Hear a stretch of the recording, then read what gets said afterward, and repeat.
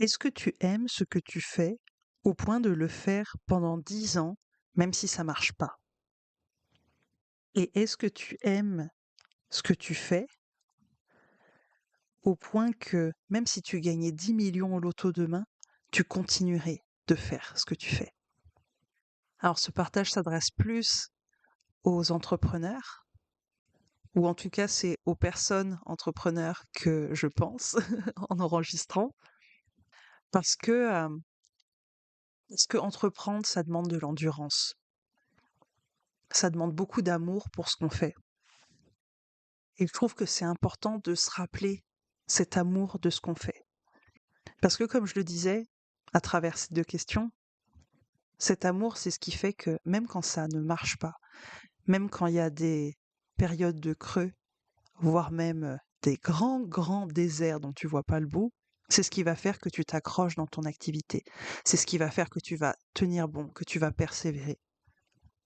Même si tu dois trouver d'autres solutions financières à côté, tu aimes tellement ce que tu fais que même sans être payé, tu continues de le faire. Et de l'autre côté, avec ma deuxième question, t'aimes tellement ce que tu fais que même si tu gagnais tout l'argent dont tu avais besoin à côté, tu continuerais de le faire. Parce que tu le fais pas pour l'argent. C'est pas ton moteur numéro un. Tu as envie de gagner de l'argent avec ce que tu fais, mais tu le fais pas pour ça. Tu vois la nuance? Parce que des fois, on est tellement justement à penser à l'argent, aux clients, au chiffre d'affaires, qu'on perd de vue pourquoi on fait vraiment ce qu'on fait. Si tu gagnais au loto demain, est-ce que tu continuerais de faire ton activité, mais peut-être différemment, peut-être avec la pression financière en moins, peut-être avec plus de moyens, mais tu continuerais de le faire parce que ça a du sens pour toi. Je trouve que c'est 2 questions intéressantes à se poser pour voir où on se situe dans notre entreprise, pour voir si ça a encore du sens.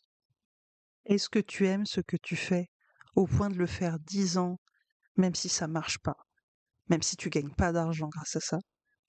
Et est-ce que tu aimes ce que tu fais au point que même si tu gagnais 10 millions au loto demain, tu continuerais de le faire quand même, parce que tu le ferais pas pour l'argent? Et du coup, pourquoi tu le ferais? Quel est le sens derrière? Toi, ça me fait penser à une dame dont on m'a parlé, alors j'ai pas encore eu le plaisir de la rencontrer, mais c'est une personne qui, de ce qu'on m'en a dit, a un mari, qui a une situation très, très confortable financièrement et donc cette dame n'a pas besoin de travailler. Mais elle a son activité de massage un peu particulière dans le sens où, tu viens une après-midi et elle te masse pendant que tu lui racontes ta vie, pendant que tu déposes tout ce que tu as besoin de déposer pour te sentir plus léger. Bah, cette personne-là, ses massages, elle les fait pas pour l'argent, elle en a pas besoin.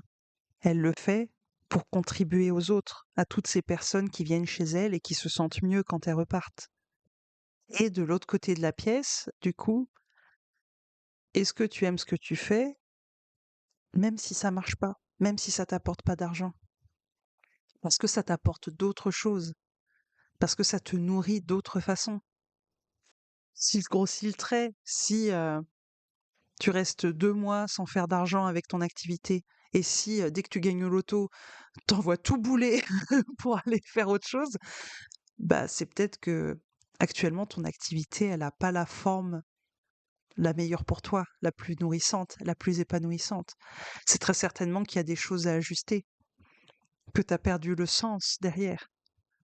Ça peut aussi te montrer que ton activité a évolué et que tu as besoin de la recalibrer derrière. Peut-être que quand tu as commencé, tu aimais vraiment ce que tu faisais, mais que maintenant, tu t'y retrouves plus. Donc je t'invite à te poser ces questions et à voir ce qui ressort, à voir tes réponses à ces questions et ce que ça veut dire de toi aujourd'hui, de ton activité aujourd'hui et de ce qui peut-être demande à se transformer. Je te remercie pour ton écoute jusqu'ici.